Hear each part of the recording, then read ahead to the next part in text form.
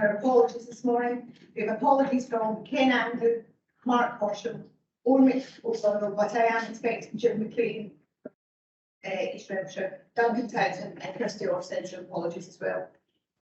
Okay, item 2. Any declarations of interest that members should make you aware of? Valerie, I'm still advising North Ayrshire Council on Arran and Cumbria. Thank you. Chair, it's the employee of Storyline. Thanks very much. Okay, thank you. Item 3. Item 3 is the minute of the meeting held on the 30th of September. Are we happy first that it's an accurate record?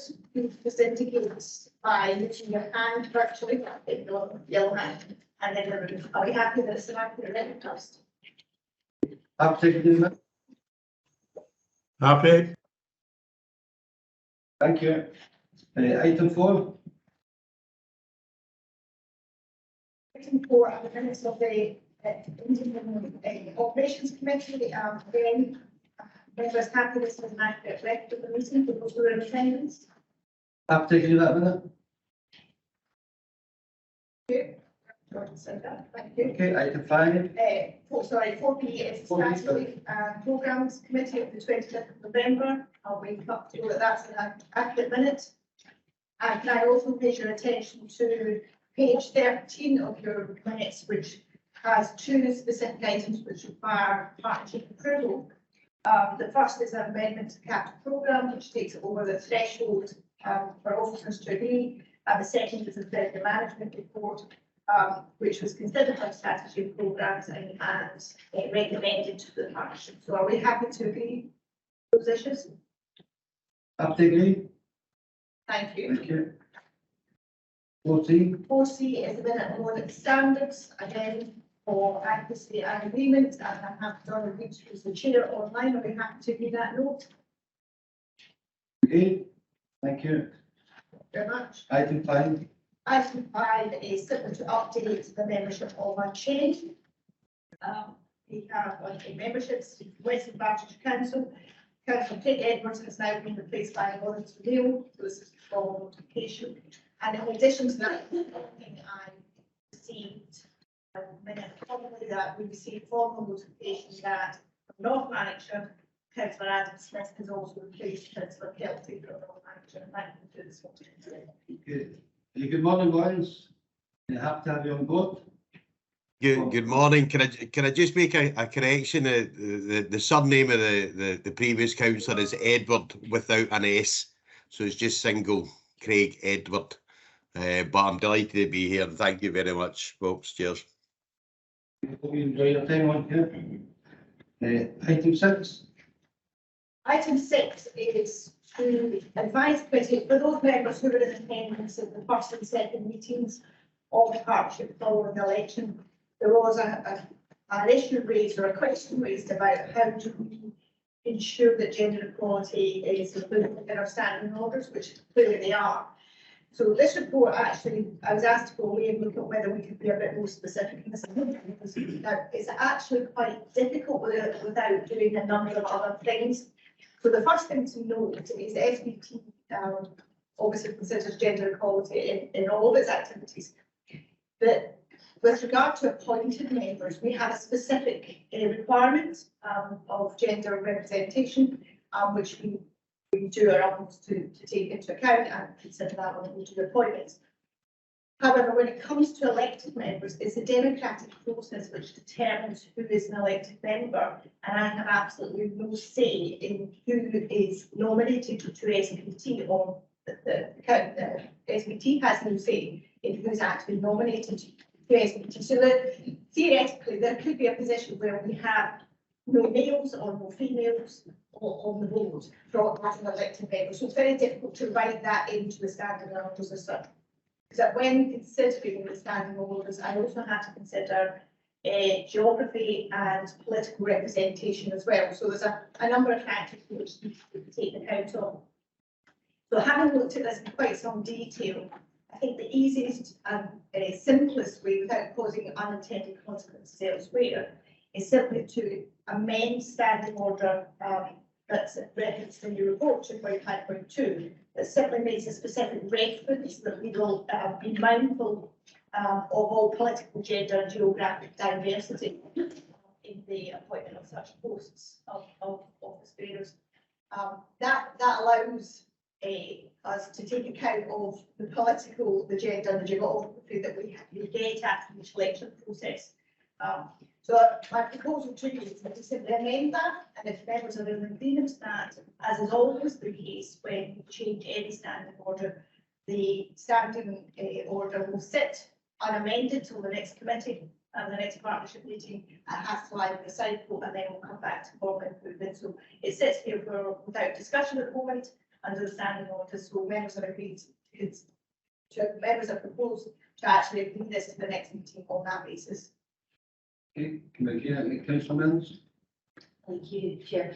I do appreciate the time spent on looking at this. However, I don't feel comfortable approving the principle of that change at this moment in time, just because I feel that it would, with respect, have a material impact in terms of who is elected to the senior positions of the chair and vice chair, which I do think is important. There is a gender balance on, and of course appreciating the challenges. I would just like a little bit more time to consider what's been looked at, and if there's any room for making that a little bit more concrete. I don't know. I just feel that it came from a proposal of mine and haven't really had a discussion. And given that I personally don't feel that it's enough of a material change to make any impact, I would rather spend a little bit more time looking at it if possible. The proposal that's actually in front of me today is for it to lie for a period that would allow further discussions to take place. It's not approved until the second meeting. That's the way a standing order amendment would work. Okay. Thank you. Members happy with that? Thank you.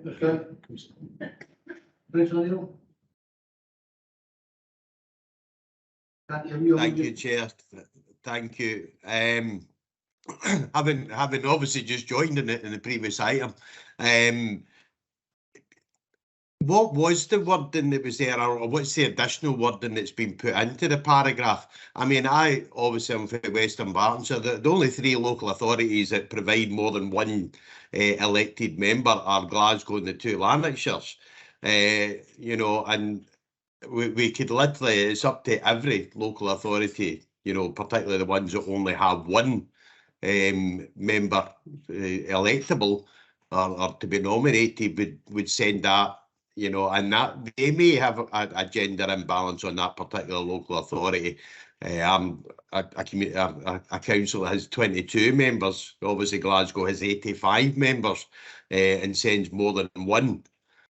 So I'd be interested to know what was the reading of the paragraph prior to the amendment. And secondly, is this, you know, in effect a potential storm in a teacup, because it could have been dealt with some of the larger authorities in terms of who they send and potentially who they put forward as chair or vice chair? Thank you. I can easily answer that question, and I will do. And then I'll come on to a second issue. Simply on that, the current standing order refers to political and geographic diversity, and we have added gender in there simply to make it clear and be more explicit that we will consider all matters. Can I just remind members that actually under the standing orders, such a proposal of this nature stands without discussion until there is committee. So that allows everybody to have views or express or discuss with me before we get to the next committee. So I'm very mindful of that. The other issue, and to pick up Councillor O'Neill's point, just for clarity, is the democratic process determines who is on each council. And therefore I cannot obviously influence that, and equally I'm not in a position to influence what representation I get from each council. So there are a number of factors in there, but I'm happy to take many who want to send comments or speak to me between now and the next committee. I'm more than happy to have that conversation. Okay. Yeah, just to follow up on Councillor Neil's comments, and he quite clearly and correctly explains the difficulties of some local authorities will have by the sheer nature that we only are able to send one ability, and that isn't a gift of each local authority. Maybe other local authorities, like the Lanarkshires and the Glasgows, maybe have a lot more flexibility, you know, in terms of gender or indeed political diversity to who attends. But what I would say is that in the past, you know, we have had a vice chair who is women, and Katie Harmon. So certainly in the past, we have paid particular attention to try and endeavour to do it. And not necessarily was it a case of I told him Katie was a very effective vice chair, and I say we've also got a chief executive who is well. So, but I'm interested to see how we can actually deal with it practically. I'm not necessarily too sure how easy that is.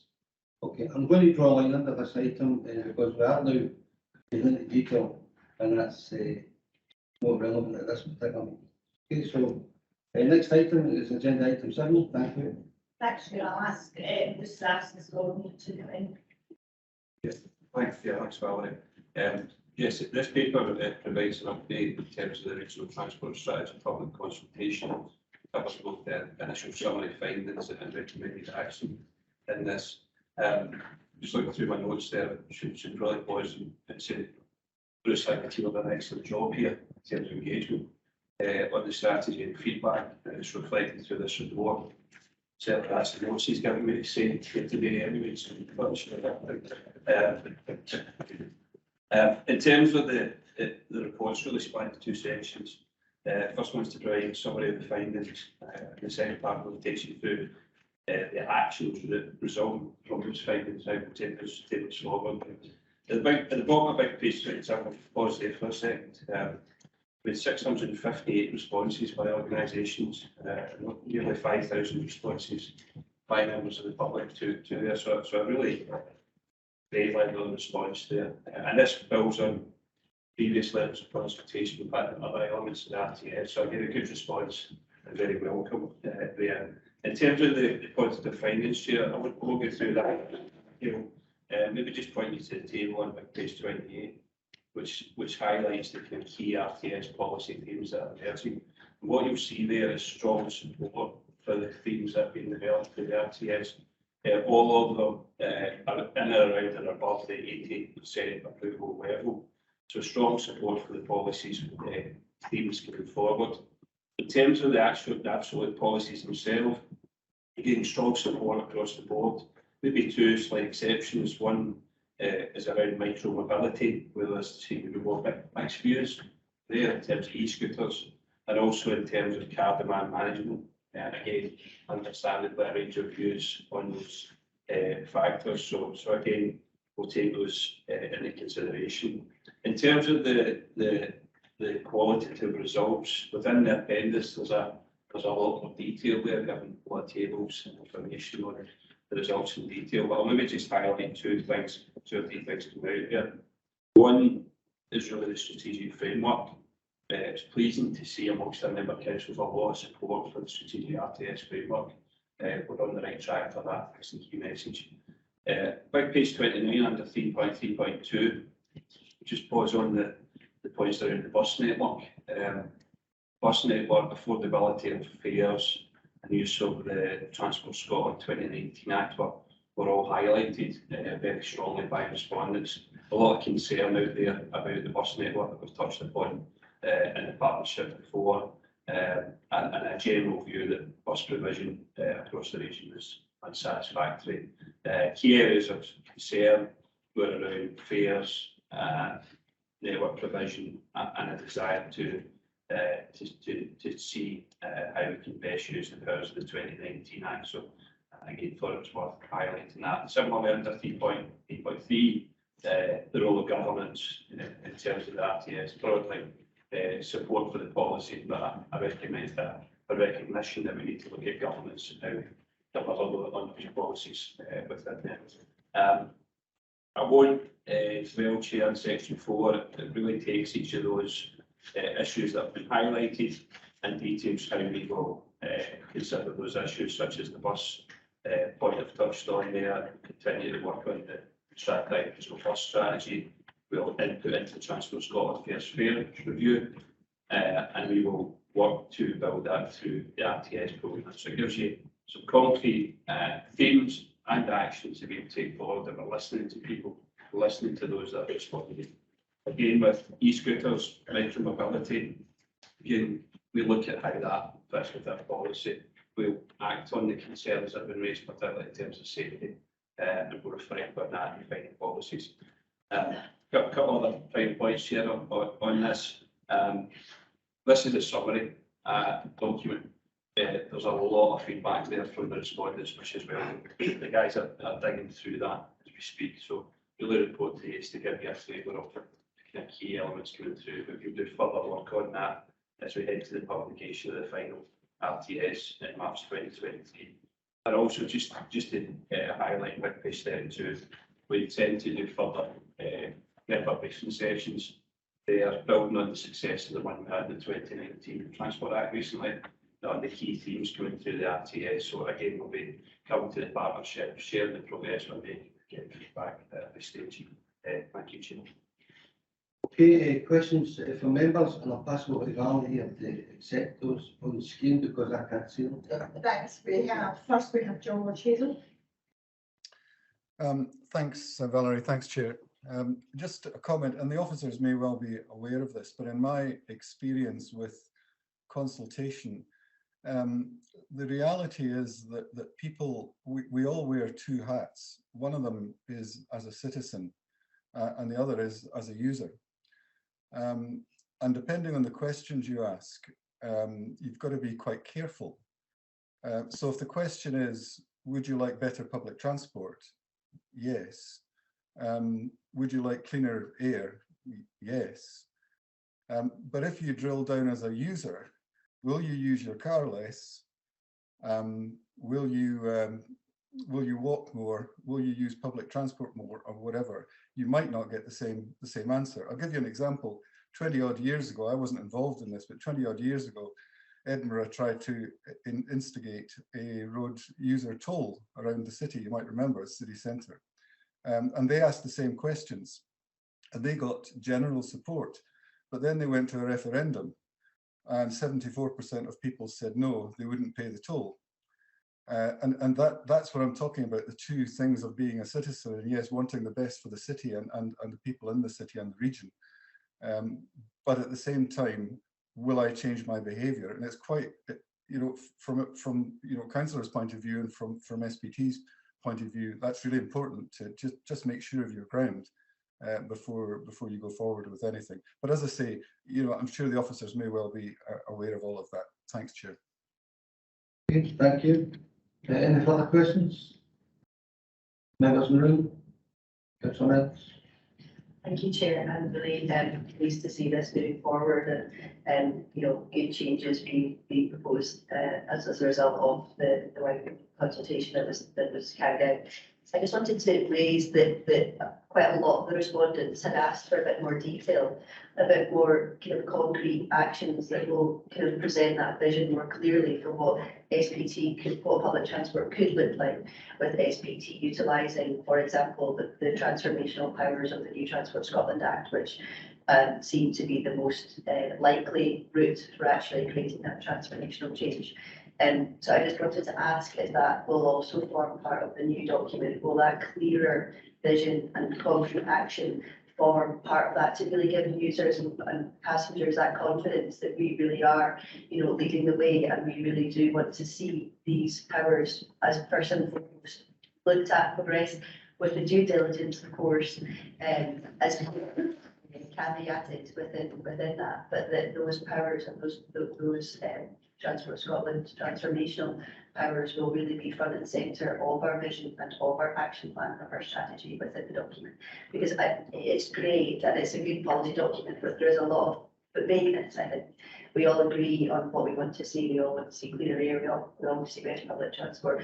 But I think that clarity of exactly how we get there, despite the fact that we do seem to have a really positive route, which has been explored already, and we just like to see a little bit more confidence that would be presented. Solution is due diligence. Yeah, thanks for the question, Councillor. The answer is the simple one, yes. Set out in page 30, specifically in terms of the 2019 Act, we will take forward the detail into the strategy and look at all of the options and do that. What the chair's touched on there, the due diligence, to make sure we look at every option available to us, really within the Act, right with it, and make sure we make a strong case for whatever course of action upon. So absolutely. Chair, if I can just add to that, obviously RTS and the strategic plan will be supported by an action plan, and that falls out of the responses. So that will continue, of course, but you have to go through that policy part, and the action plan will address how do you aim to deliver on those policy objectives. So we shall have that will come, I would think, in a not too distant future. Okay, thank you for that. I don't see any further questions from the screen. Councillor Mearns? Yes. Sorry, Chair, I should have put all That my question? I should have put my questions in order, but I thought I'd stop there and then come back if that was okay. It was just another point I wanted to raise, which had also been raised as part of the consultation, which I don't see here. It was specifically on Strathclyde, transport for Strathclyde paper, which had some really interesting kind of visionary detail and commitment, which isn't necessarily always reflected in the RTS, which would be great if it could be. One of those examples is in transport fares. I think the current RTS, as it sits, it talks about a commitment to exploring clearer or fairer transport fares. However, I think it says only for specific groups. But I think the Transport for Strathclyde paper talked about a clear commitment for affordable network fares for all. And I think that's a really, I think it doesn't necessarily look that material, but I think it actually is quite material.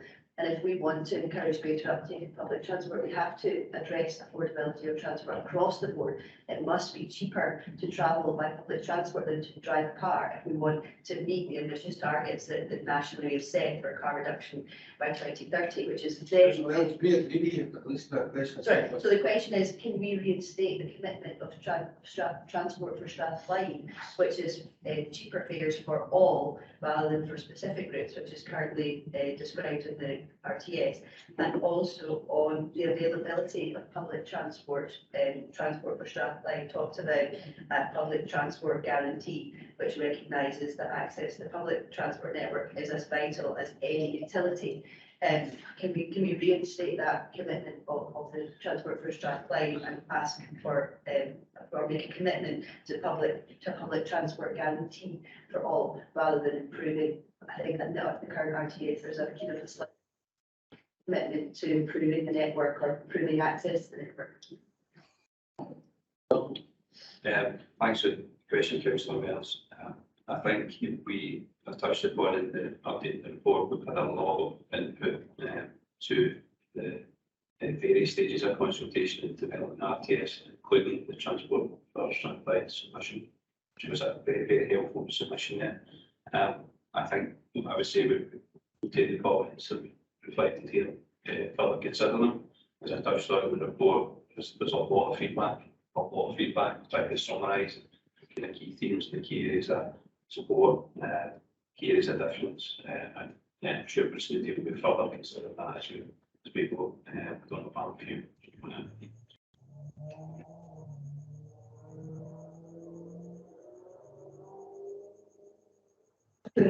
That's also the comments we see today. Look back and see, I mean, the Transport Strathclyde document was a document that was running alongside the same time as the RTS. The RTS is overarching documents. We just need to make sure that points we're making or that we made are either consistent within the document or not within the document. We'll do that way and have a look at it.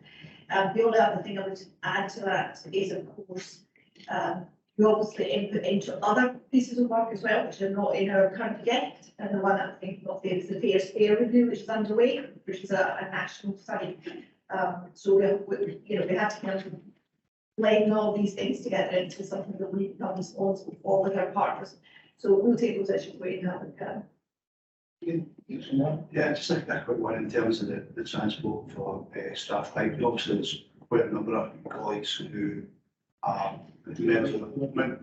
Yeah, on yeah. members of the board when we discussed that, and they quite a clear indication about the content of that being, helpful and pretty much supportive of that.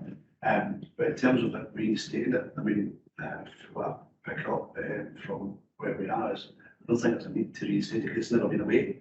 It's never been away, and the whole point and the rationale behind that was to complement a number of activities taking place, particularly with the RTS. So, Welsh just reinstated, it's never been away as far as I'm concerned.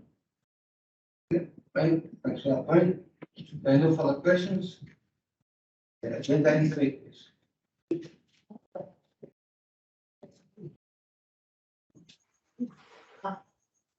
Thanks, Chair. Thanks, Valerie. So members will look at the report, and also a large number of you attended Brindle Depot a couple of weeks ago. So I'll just give you a very brief overview and then take your questions if that's okay. So work in the tunnels and at the depot continues, including tunnel lighting improvements, traction power cable replacements, and signal operations such as train positioning. Also, in the next few weeks, we will have our new canopy available and a new control centre that you saw in the visit fully powered. Crucial internal testing of first trains has now basically been completed. We expect to introduce the new fleet gradually during the second half of 2023, and that will be following full signal integration testing. Also, the remaining fleet is now in production in Switzerland, and we expect train number 8 to be in Glasgow next month. The rest will be delivered across 2023, so that's 17 trains in total. I also want to escape your attention that we closed for 2 Sundays in November, but we did open probably the Monday morning as planned, which is obviously very important. We have a further 8 Sundays planned for closure across the first half of next year. We'll communicate these dates and keep close to the public. Staff development readiness is also covered in the report, and it's notable that we use the Sunday closures to train our operational colleagues in customer service and change management. And finally, I hope you'll allow me to thank the staff again for achieving all of this whilst continuing to run a daily service. We're now up to 95% of pre-COVID partners levels, that has time to them for a safe, reliable system. Happy to take any questions. Yeah, I think again, the attitude towards the staff, this is that done really well. So thanks to them. Thank you, Chair. To pass away to Velma, if any questions online? Answer showing at this stage. Yeah, questions in the room? Thanks, Anthony. Can I go to the next item, which will be yourself again, item 9? Item 19. There's a deal, sorry. Yeah, that's my share. Jim, thanks for that. So this is an update of Advantage and the revenue as well. The proposal was to postpone the planned fares increase of January of this year, but also to consider it as part of the 23-24 budget proposal. Just in terms of background, we report, actually every operations committee just reports on Advantage, and we report solid revenue and strategy programmes committee. We thought it was important where we are just now to bring things together and to give a overall view to the partnership at this time.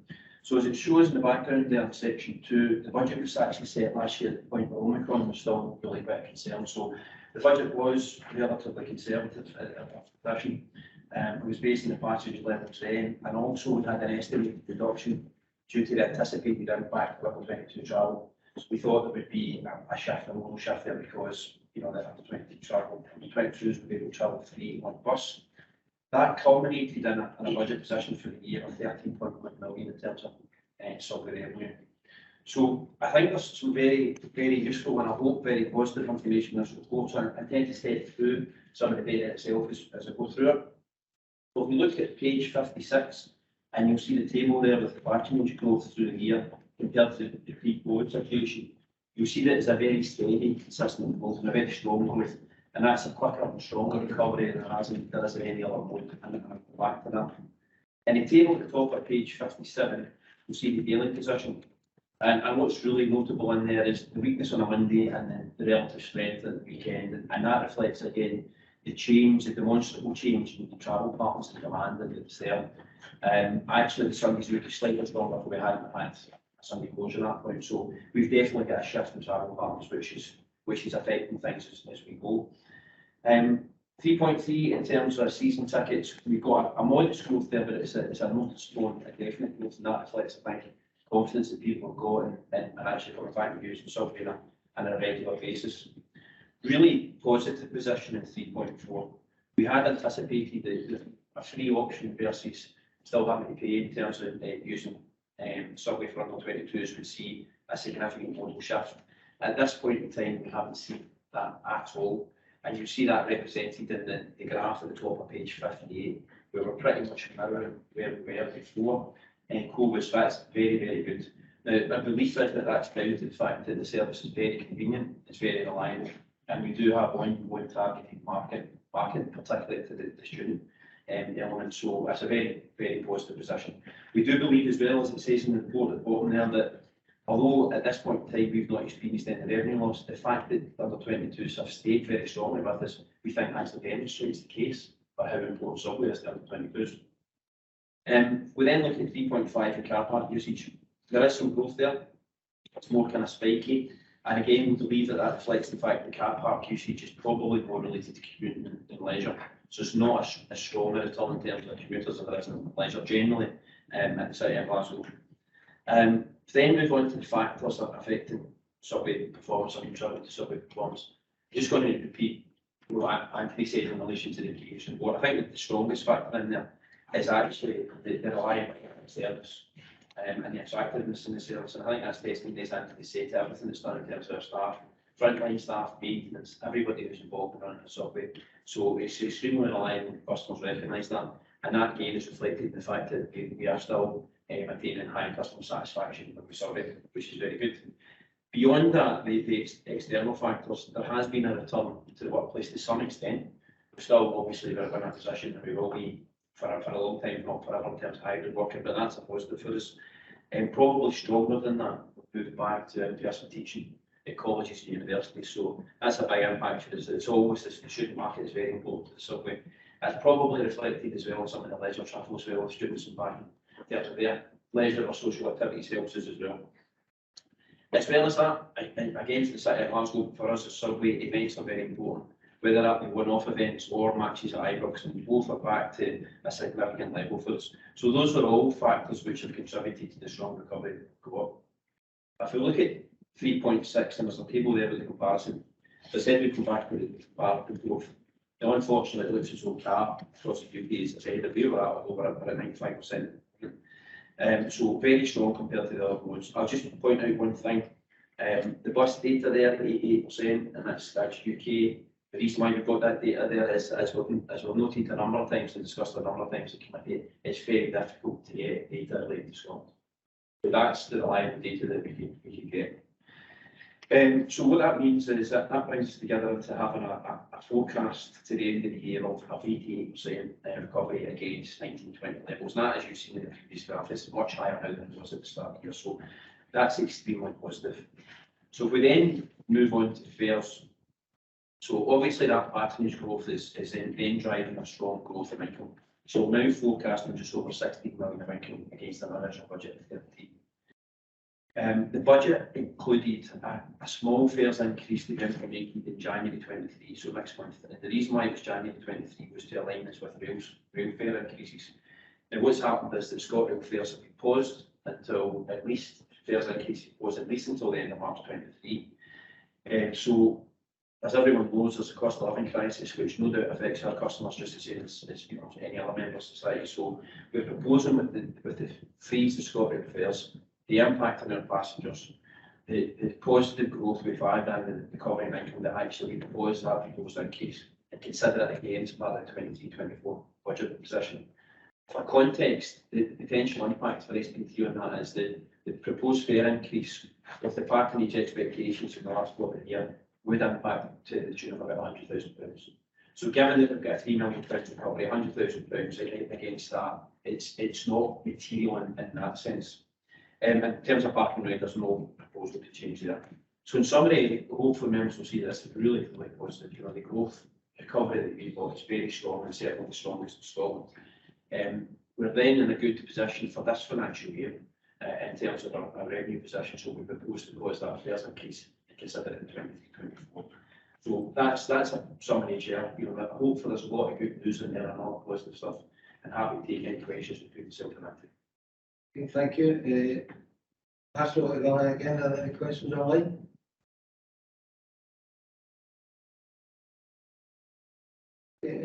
Councillor Mills? Chair, this is a bit of a random question, but have SPT ever had any discussion with any events organisers to maybe look at similar schemes that other transport providers are entering into agreement with events? For example, Glasgow Warriors is one that has a contract with First Bus and they provide free public transport within their tickets. It's a joint, it has a double benefit, of course, in improving use of public transport, but also reducing the number of drivers coming into busy areas. And I know personally of a few events organisers that would be really keen to explore that. Yeah, thanks. Yes, is the answer. There is a difficulty trying to get these things over the line because you've got ourselves in a revenue protection imperative and you've got events organisers from a commercial perspective. So we're happy to talk to anyone on if there are any contacts in terms of event organisers, we're happy to speak to them. I mean, there are models, for instance, in Germany, ticket prices are they don't free transport, but really haven't been paid on your season ticket. That's a good idea to incorporate it within Scotland as well. So we are looking at the different models. Councillor Murray? Thanks, Chair. This is a comment, you know, the report is said it's a very positive report and you know, indicates quite clearly the success of the product, you know, and you know, the work that the staff are doing, frontline maintenance and marketing, and you know, the reliability that's with that, and it's showing a positive results. But just to kind of dovetail slightly, a couple of comments which we spoke about S&P and it's referenced within the report in relation to the under 22s and access to Subway.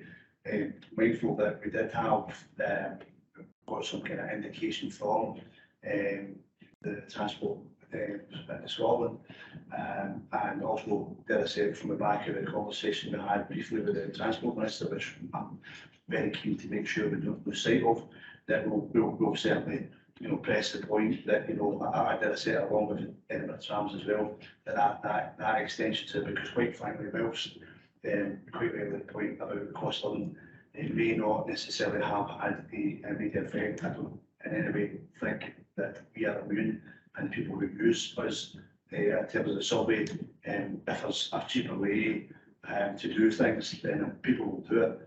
So well, it may be somewhat in the early days on that front, so I think we need to be very guarded in that assumption, because I think that's a real choice for people. If it's a case of free bus versus spending money on a Subway ticket, you know, I understand what people probably do. Another thing as well, I think again, just to kind of dovetail with the conversations that we'll have soon with the Minister, is the issue about the point about the return to use of public transport, and that will form the subject of data. And I'm sure we'll get a chance to be up, we'll raise that point when we'll back to Chair. Thanks. Yeah, that was going to be one of the points we raised, was sharing of data. Okay, Neil? Yeah, thanks, Chair. We remain cautious about other 22s actually. I mean, we are still lobbying. So although at this point in time we don't see any revenue loss, that's not to say that might not change, but also as I said, you know, I think it's absolutely demonstrating the quality of the 22s and strongly in the 16 to 22 bracket, so that's likely to be predominantly students. But there may be a concern in the longer term that one of the things that we said before when we talked about under 22s is we want to make sure that we attract people into Subway for the long term, not just the short term. And a lot of this retention may well be because of students that are in their second, third, fourth years. You know, so we just have to be careful. We have a longer term trend in that. So we'll continue to lobby, although the position at this point in time is positive. Thanks, Chair. Just a couple of things to Neil has said, which that's all right. I just wanted to make 2 points. So we've also talked about this extension. We have to remember that the end fare pause benefits commuters all over the region, because 50% of the Subway commuters do not live in Glasgow. They live across all areas. So this is actually a much wider impact. I think that's really important to highlight. The other issue, and it's kind of half related to the under 22s, which most people would find a bit of a hobby horse now. It actually relates to the return of concession travellers generally. So, you know, we had a lot of conversation about concession travellers not returning to bus, etc. We did a bit of a deep dive into our own numbers. The actual concession travellers returning to the subway is sitting about 93% just now. So they've actually come back to the subway. I think this is one of those issues about when you sit down and ask, why is that happening and it's not happened in other places? Well, we think this is down to the reliability of the service. It's reliable, so they know it's going to turn 90%, actually tells me 99% of the time, it's going to turn up, it's going to be a 4 or 5 minute service. So I think that's a strong point that we have to remember, and that may well be supporting the under 22 issue as well. And finally, the last thing is obviously when it comes to fares generally, we have to consider fares across the piece. Now, we have no influence over obviously ScotRail fares, but obviously yesterday the pilot announced about peak fare trial removal. So that may well have unintended consequences, good and bad. We need to kind of look at it in detail, because often the subway is part of another part of our journey, whether that be bus or whether that be rail. So we have to consider all of these factors as we go through. It doesn't change the proposal today, but it's maybe just to highlight it's not a straightforward decision-making process that we engage in. But I think the proposal to pause the January fare is the right thing to do in terms of support to our own customers and those who are supporting the returns to the subway, because as I say, the return has been very strong. So I would highly recommend that and to members as well. Thank you for the report. Bear in mind it's very difficult to get a penny for people that deal in finance. And I'd like to thank particularly the officers that actually bringing the crisis we're in just now into their vision and actually do what we can at SPT for members of the public. So well done to you. Thank you so much to recommend the recommendation. Just making a very brief comment on the back of what Chief Executive just mentioned there, and I think it is great. The subway is great. People do really treasure and value the subway. So hats off to everybody who's working on that. And then I would just also like to make the point that that many people who are using the subway, despite having access to free bus travel, are doing so also because it's more affordable, and they have one ticket. I know a lot more people would use the subway if they had one ticket and they didn't have to purchase a whole new ticket for switching modes. So if you purchase a train ticket, you would have more flexibility if it was integrated across the modes and you had one fare to pay, and you didn't have to purchase a whole new ticket again. And I certainly provide more convenience and it provide more affordability. So I think we also need to bear that in mind. Make it more affordable for people who use it. Again, we're supportive of that, but you need all partners on board. Okay, so a good recommendation within the report. Do you hear that recommendation? Agreed. Agenda item 10. Thanks, Chair. The report provides an update on strategic transport projects review 2, final report. This follows quite an extensive 3-month consultation by Transport Scotland, and members will recall SPT's response to that, which was shared with the partnership in March 22. So, been a busy time with consultations, but this one's really important in that the SDPR2 seeks to help deliver the vision, priorities and outcomes of the National Transport Strategy.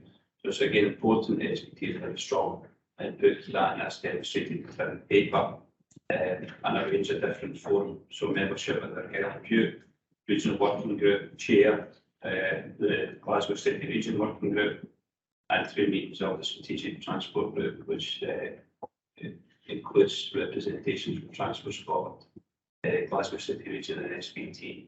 In addition to that, there's been extensive engagement from this organisation specifically in terms of the Clyde Metro proposal, which I'll touch on in a second. So, in terms of the outline of proposals, the 6 key themes which are outlined in page 63, they cover active travel choices, affordability, decarbonisation, safety and resilience, and strategic connections. Over on back page 64 gives you the key recommendations in respect of Argyll Butte, Ayrshire and Arran, Glasgow City Region. Don't propose to go through them in detail, Chair, but I think the key thing from our perspective is pleasing to see quite a number of strategic projects going forward within our area. So very pleasing to see that, and again SPT's input, influence in these coming forward. I think it was shown through that. I should highlight specifically within the Glasgow City Region section, under 3.3, the recommendation in terms of Clyde Metro is particularly that project represents. And again, SPT have been pushing and encouraging and working with our partners to develop that proposal. And again, pleasing to see it come to fruition through the final SDPR2 document. I've just turned members' attention to page 65 under 3.6, and a point that's been touched on already here is policy and strategy. Very good, the action plan and principles even more important. So we expect to see a delivery plan for SDPR published in 2023, and again SPT will be into that every opportunity we have. Overall, I think, Chair, just to sum up, I think pleasing that the SDPR, the final document, has reflected input for the organisation.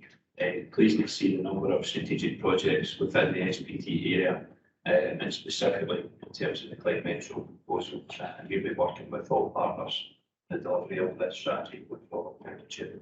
Okay, thanks for that report. Passing over to Varna, I have any questions online? Thanks, Chair. We have Councillor Alison first, and then we have Councillor Peter. Thank you, Chair. Yeah, thank you. Yeah, I mean, I accept this as Transport Scotland's report, but I think it's very disappointing the way my own region down in Clydesdale, part of South Lanarkshire, is lumped in with Glasgow City Region and not really getting a mention at all in the strategy. I'm very much pleased with the support we get from SPT officers, but Clydesdale, part of South Lanarkshire, is not really affected at all by Glasgow City Region, and for it to be ignored as it is or not mentioned in this report is extremely disappointing, because it suggests that there's nothing to do with the major problems that we've got in the rural area, and being able to take them, that they've no idea or no intention of improving them. You can take the second question and then we'll go back to Gordon. Councillor Sinclair. Yeah, hi there. Yeah, I'm really happy to see 3.1. Transport to Argyll and Butte is absolutely critical for us to get from points in Argyll and Butte to Glasgow. I would say that there's many options there to for certainly bus transport. From the likes of my area, which is Sandbank Dunoon, I would love to be able to get on one mode of transport and actually get to Glasgow on that mode of transport, rather than having to go a ferry, which, you know, is critically unreliable, and then getting a train as such. So I'm really pleased that this is there, and happy to work with this in the future. Thank you. Cheers. Okay, thank you. Pass back to you, Gordon. Thanks, Chair. I would just take the same question last, if you like, Councillor Sinclair. This point there is one that's acknowledged and one that we would recognise feed in through the process. So thank you for that. In terms of Councillor Allison's point, I think while during my kind of comments on the paper, we very much welcome the volume of projects in the west of Scotland. We absolutely recognise it's not a panacea, and that there are, particularly within the rural parts of our area, issues that further consideration. So I give the assurance that SPT have been raising those points through there, and where there are other opportunities to take forward improvements in rural areas such as Clydesdale, we will we'll do so, whether that's through a root capital programme or whether it's working with our partners, Council Alison, we will certainly do so. So I should perhaps I temper my comments with that. Okay, are there any questions in the room? Councillor Murphy? Thank you, Chair. Yeah, I just wanted to ask, at this point in time, is SPT making any effort to promote SPT as the operator of the Clyde Metro project? And in terms of governance, I know that's a big conversation nationally. However, are we at least, intimating that we would like to potentially be considered? Yeah, the short answer to your question, Councillor Myers, is yes. SPT has highlighted time and time again that the Digital Transport Authority and SPT is well placed to make that work. There's a lot of work going on in governance. And we're continuing to make that case, and we'll continue to assist, as partners, irrespective of what the final decision is, that we made that case or made that quite known at the right end. We will wait to see how that pans out. Can I just maybe add, if you don't mind, just one further question, comment on the Councillor Alison. I think it's absolutely clear and it's really important to all members that we make it clear that SPT welcome the ambition of the Clyde Metro, but we're very cognizant that it doesn't cover all areas, and therefore SPT will be looking at not just how it supports the Clyde Metro delivery, but absolutely as equal importance will be the delivery of areas it doesn't cover. So I just wanted to make that point to Councillor Alison. We're very mindful of that. We have worked with specific areas that we have identified could benefit from that. So it should be a good point. Okay, can I pass back to you, Donna? I think we have Craig. Yeah, following on from Councillor Alison's point, I mean, I think one of the big issues about rural transport is that it's most unlikely to be solved by traditional means of, your traditional bus going round, and but this is, an issue that is being faced across Scotland as a whole.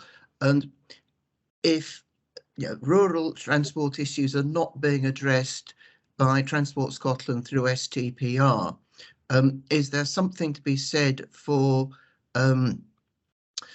the public transport partnerships across Scotland, or at least a group of them, working together to look at the issue in the round? Because, I mean, at one level, you can deal with rural transport as sort of mini projects appropriate to a local area, and we support quite a lot of that.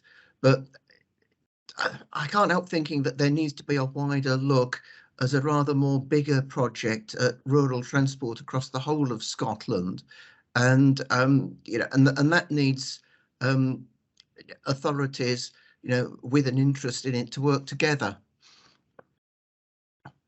Okay, thank you. Any further questions on Thanks, Chair Valerie. Again, we're talking here a lot about rural disconnectivity. It's not just rural. Parts of North Lanarkshire, in fact, a big part of North Lanarkshire, Coatbridge, Airdrie, and the villages round about are virtually cut off. You can get a very good train service, but there's no bus, and the buses that are there aren't linked up to go to the rail service. So we've got to, somebody just said there, we've got to look at the whole and the round, and that's the sort of things we need to do here. We need to start listening and looking at the problems that are staring us in the face, and it's high time we did. Thanks, Chair. Thank you. Any further questions online? Thank you. Well, Yeah, thanks, Chair. Pick up on both those points actually. Kind of flows from Councillor Lewis's question. The devil's always in the detail with these things. So in terms of SDPR2 and specifically on Clyde Metro, there's a map been issued with the publication, but there's a strong caveat in there. There's a lot of work still to be done on what the project actually is. Support for the ambition, for the vision, but the actual detail of what the project is, there's a lot of work to undertaken between now and then to make sure that's right. And please be assured the type of feedback and input from SPT is very much the points that Councillor McPate's been touching on there as well. From an SPT point of view, our view as Metro should be about a metropolitan transport system. That's not to miss out our colleagues in rural areas, but that's what we think the focus that should be. And it needs to be all modes in terms of rail, subway and bus, and it needs to be integrated and coordinated. So please be assured we are at this early stage and providing that very detailed feedback there. In terms of Greg's point on rural issues, I think it's a point well made. We have a lot of engagement with regional transport partners, particularly Hightrans springs to mind, and some of the issues we're engaging with colleagues in Clydesdale on are very similar to those issues across the Highlands in terms of rural connectivity. So there is there. We are, as we touched on before, I sit on the Scottish Government's bus task force, because a lot of the issues are related to bus, and we are through that looking around a regional group that can feed into that process. So it's one we'll be mindful of, particularly the rural aspect as we go forward. Thank you. Yeah, we have Councillor Lennox, but I also have a question from Councillor Sealer from Glasgow, which will take seconds, so we'll take Councillor Lennox first. Thank you, Andrew. Thanks, Chair. Yeah, I can only agree with the sentiments that have been expressed so far in terms of the rural communities. I think up until now we've taken far too much of a fragmented approach to the services in these rural areas. You tend to see campaigns in terms of individual distinct campaigns in terms of opening rail halts here, there and everywhere, and bus services being cut from some of the rural villages, etc. So just in terms of awareness for officers and members, at yesterday's full council of East Ayrshire, we agreed to set up or to include in the placemaking programme a consolidated approach to transport infrastructure, mainly in the south of the region, because that's where most of the problems lie. So using the placemaking programme, the intention is to look at all of the transport infrastructure in its entirety, rail, road, public transport, and consolidate all of that,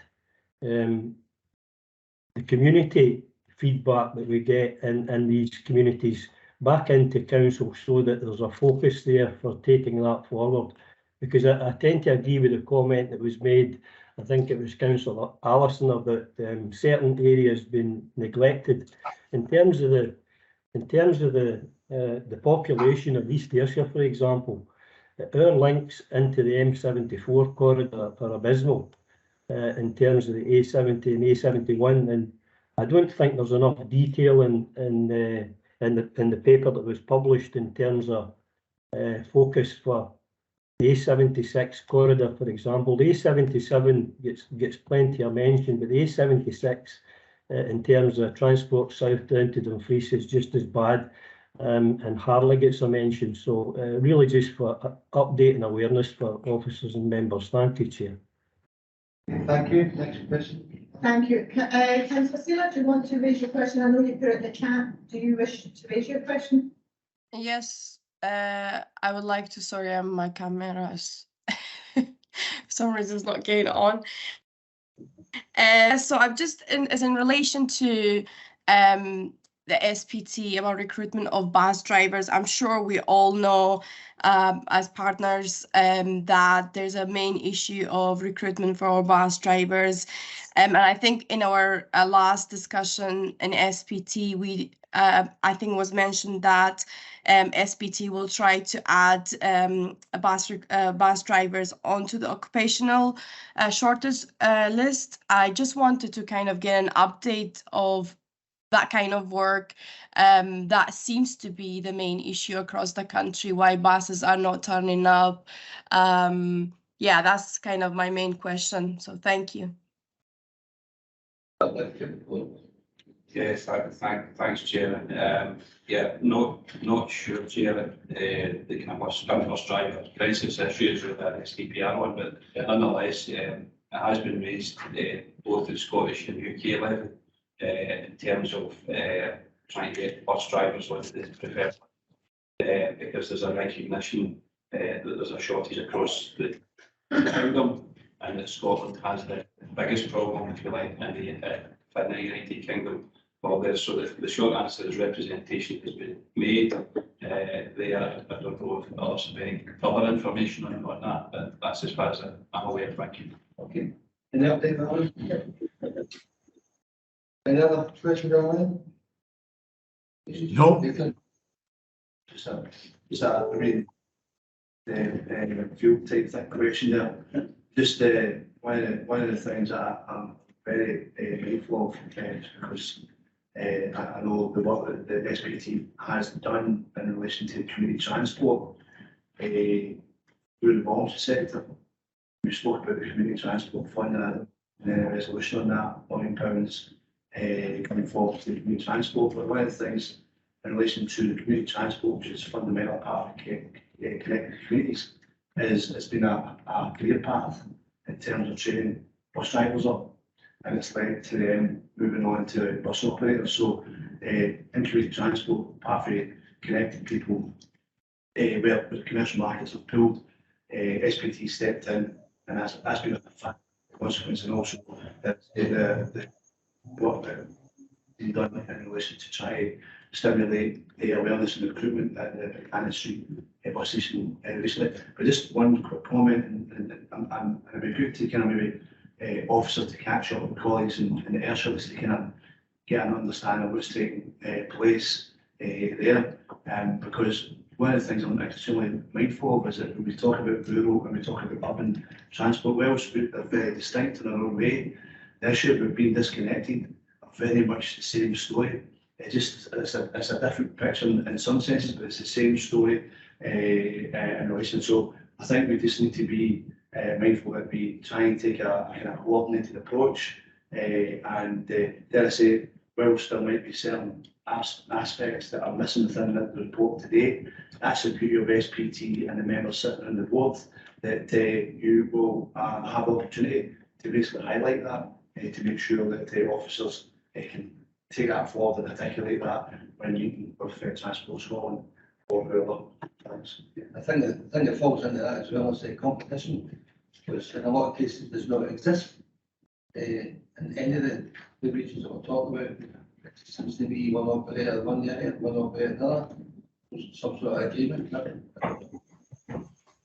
Yes, just a couple of things in the community transport point we made. And we have got a lot of history in that area to support people get their D1 licences. I think kind of feedback from community transport operators is that they're struggling to get people through the door because of the buoyant job.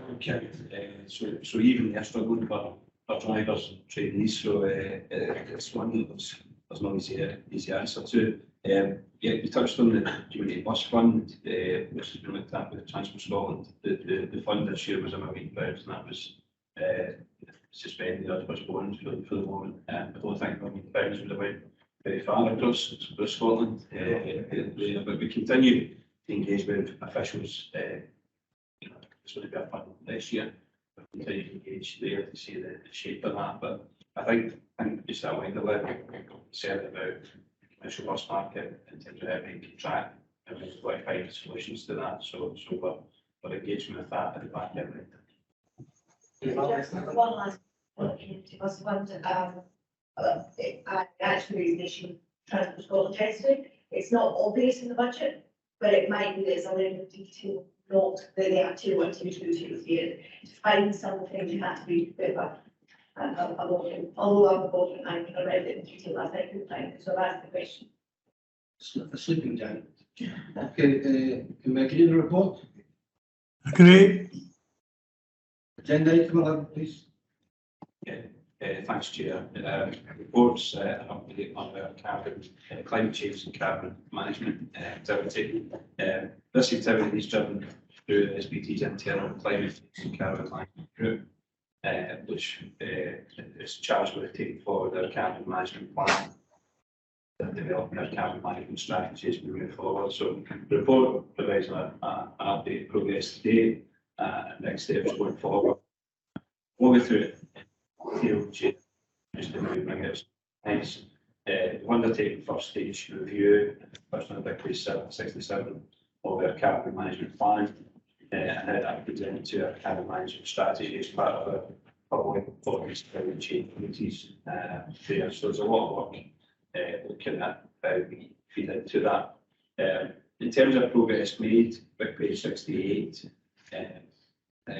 3.2 covers progress to date. So we have seen just under a 6% reduction in terms of our carbon output from 2020 to 2021, which is actually a 65% reduction against the baseline. While that's very much welcome, we do recognise that's in part, a large part due to a change in the energy mix. But again, shows positive progress nonetheless in terms of reducing our carbon footprint in line with our strategy and plan. I will also touch here just on 3.4 to bring you to the point on sustainability and procurement. We've now baked into our standing orders a requirement to consider sustainability in terms of our procurement activities. That won't always be easy in terms of some of the sectors we engage in, but there's a strong firm commitment that we will make that and we will make that consideration for every procurement activity that we make. I'll also maybe just touch on 3.6, which is titled solar opportunities. It's a good example of where we're looking at practical applications across the organisation. So one of which is looking at mechanical station roofs. Always look at this in detail. We've actually had an option to look at a green roof, which will improve the biodiversity application in terms of the area there. We've also got existing solar there that's been in for quite a number of years, so we're looking at how we can upgrade that, get a better output from that as part of that work. So we've got an example of practical work on the ground to take this forward. So really in conclusion, Chair, that the report gives a summary of the work underway by the group in terms of achieving our duties in this regard, and also more of the practical work on the ground to deliver reductions in our carbon output. Okay, thank you. Any questions online? Yeah, question in the room? Anyone else?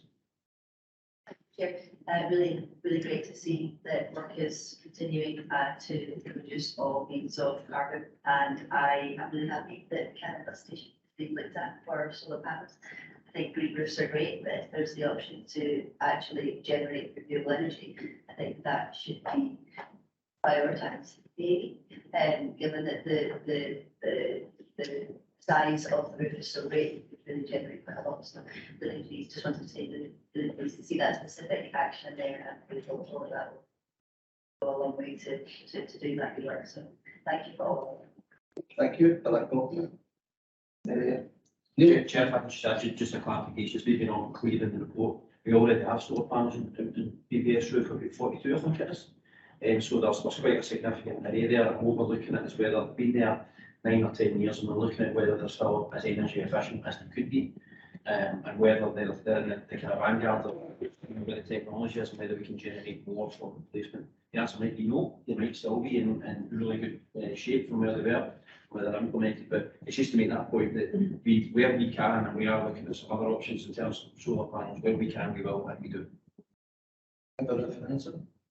Thank you. Just very briefly, can you describe what happens with the energy that's generated from the roof? Does that just go straight into the grid, or is it used to actually operate any of the SPT services themselves? It's a feedback, so it's a feedback to the grid. Maybe Chair, I can just add to that actually. So just here we can maybe bring up even what we've done to date, which might be quite important, because we do have solar panels at PBS, and we also have solar panels on the road. We also have a source heat pump in the subway, which actually we use to as part of our energy source for our staff facilities. So it might be useful at some stage that we just refresh for members exactly what we have. Like here we've had equalizers and all sorts of things that we've already done in the past. So We'll bring that in when we bring our update of what other things we need to be thinking about. I see a question online. Thanks, Ed Grattan. Oh, hi. It was just a question we talked there about the energy related to the subway usage and such like. It just thought crossed my mind, will the new trains and new rolling stock, as it comes in, does it more efficient, uses less power? Do we have an understanding of that? Yeah, thank you, Chair. It's not in itself all that more efficient, but it does have the capacity to regenerate through braking. We're looking at upgrading what we need to do to our 5 substations to allow that to happen and effectively back into the grid. Okay, thank you. Any further questions? No. Agreed. Thank you. Thanks, Chair. So this is the media buying tender variation request. So background is that roughly 18 months ago, in March 21, the media buying contract was awarded based on best estimate £180,000. The standing orders require all contracts over £200,000 to be approved by committee. Since then, since that period, marketing's ramped up significantly for various campaigns. Most importantly, most prominently, I think, subway parties, but also bus related marketing. I'll pick out one though as well, because we're discussing it here today. It's mentioned 2.3, the driver recruitment event and transport fair at BDS. That's an example where we do have a market roadmap that we will and have to sometimes react to things which will not in that market roadmap. And I think that's a good example of trying to do that actually for the greater good, because we don't employ drivers ourselves within SPT. So the proposal itself is as simple as to vary the contract by £70,000 to support the campaigns which were noted in 3.2, which you'll see are all very important things, mainly again around about the subway advantage, SPT's profile and bus marketing. So Chair recommend the variation of £70,000, which is your position already. That's okay, are there any questions on the question in the room? We have a question from Greg. Greg? Yeah, I've just wanted to ask about subway marketing. I mean, I seem to recall that about half the passengers on the subway are from out with Glasgow. But I said, I can't recall ever having seen any subway marketing anywhere around in Inverclyde or Ayrshire. I mean, do we just market the subway in Glasgow, or should we be promoting it more widely? Yeah, thanks, Chair. Most of it is actually now done through electronic means, social media means, etc. So the answer to that is no, we don't only market in Glasgow, we also are targeting people from a much wider perspective through that. In terms of physical marketing of the subway, posters, etc., I need to go back to confirm that, but I don't think there's very much done in terms of that sense either. So the actual mode of marketing has changed over the years. It's very much, and that the social media element and the online element allows much more targeting to specific groups as well. So that's what the marketing is focused on these days in terms of subway. Maybe just to supplement that, actually, just we actually do quite a campaign on Inverclyde, which is our geographic area, and that gets the biggest number. I don't know enough about marketing, but they assume they get the biggest number of hits for a particular client group, because it covers our area. So that's the main aim of some of our marketing outside Glasgow. For the new trains with these TVs. Yeah. Sorry, if I can just add to that, Chair, because Vice Chair here, I think, made some comments about the age profile of people who could listen to Radio Clyde. We do actually use the marketing is targeted in different ways to different age groups. So it's not specifically, so for example, we use TikTok. Is it Clyde too? Yeah, so we use, for example, TikTok, and I would declare that I've never used TikTok in my life, so it wouldn't be me. So there's a blend of routes, and Radio Clyde is important, for example, another capital radio, etc., important for hit different groups, different market types at different times. Okay, can we give the report and the recommendations then? Agreed. Thank you. That's the last agenda.